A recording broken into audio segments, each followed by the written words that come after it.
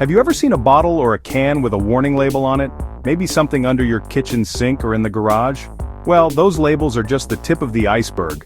For almost every chemical substance used in a workplace, there is a special document that tells you everything you need to know to stay safe. This document is called a Safety Data Sheet, or SDS for short. Think of it as an instruction manual for a chemical. It's not just a suggestion, it's a critically important tool for your safety and the safety of everyone around you. It's science in action, helping us handle things safely. Science and industry create amazing substances, but some can be harmful if we don't handle them correctly. They could be flammable, they could be corrosive. An SDS is like a cheat sheet that gives you all the secrets, what the dangers are, how to protect yourself, what to do in an emergency, and how to store the chemical. It's all about being prepared and knowledgeable. Imagine you're a superhero, and the SDS is your guide to an alien planet. You wouldn't land without knowing if the air is breathable or the plants are poisonous, right? It's required by law in workplaces. It saves lives and prevents injuries. Every person has the right to know what they are working with. Understanding an SDS empowers you. It turns a mysterious container into a known quantity with clear rules for safe engagement. This isn't just for scientists in white lab coats, mechanics, artists, cleaners, factory workers, anyone using chemical products. The goal is to make this information clear and easy to find for everyone. That's why we're going to break it down step by step. By the end, you'll know exactly what you're dealing with and how to keep yourself and your coworkers safe. Let's get started. Science rules. Every SDS is broken into the same 16 sections. That standardized format means you always know where to look. Think of them like chapters. Early sections name the chemical and key dangers. Section 4 is first aid. Section 8 covers personal protective equipment. Knowing where to look can change outcomes in an emergency. The first part of the SDS is identification, the title page of the chemicals book. For us, isopropyl alcohol. You'll see other names or synonyms, the manufacturer's details, and the emergency phone number to call in a crisis. It also lists general uses and any non-recommended uses. Section 2, hazard identification, is your warning page. Pictograms, signal word, and hazard statements. Signal word, danger or warning. Danger means more severe hazards. For isopropyl alcohol, flammable liquid, serious eye irritation, may cause drowsiness or dizziness. Section 3, composition, is the recipe. It tells you what's in it. For pure IPA, one ingredient. For mixtures, it lists hazardous ingredients and CAS numbers, unique IDs for chemicals. In sections 1-3, we already know the name, who to call, main dangers, and what it's made of. Your foundation before opening the container. Use this to plan how you'll protect yourself. Next up, the emergency plan and day-to-day safety steps that keep you ahead of problems. Accidents can happen even when we're careful. Section 4 is your go-to guide for exposure, broken down by how it happened.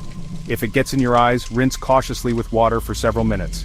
If inhaled and dizziness occurs, move to fresh air. Follow these immediate steps while you wait for medical help. Section 5 tells you what to do if the chemical catches fire, critical for flammable IPA. Use alcohol-resistant foam or a dry chemical extinguisher.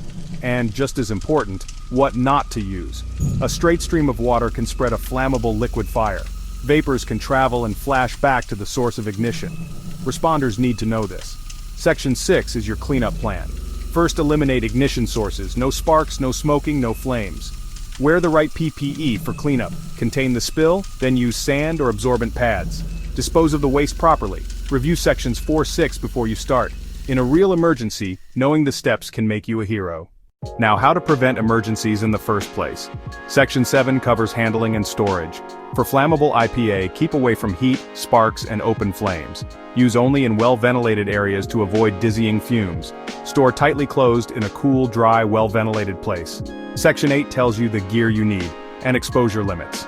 Safety glasses or splash goggles and nitrile gloves are typical for IPA. Use ventilation to keep air clean and below exposure limits. Section 9 is the stat sheet, how it looks and smells, boiling point, and flash point. Flash point is the lowest temperature where enough vapor ignites in air.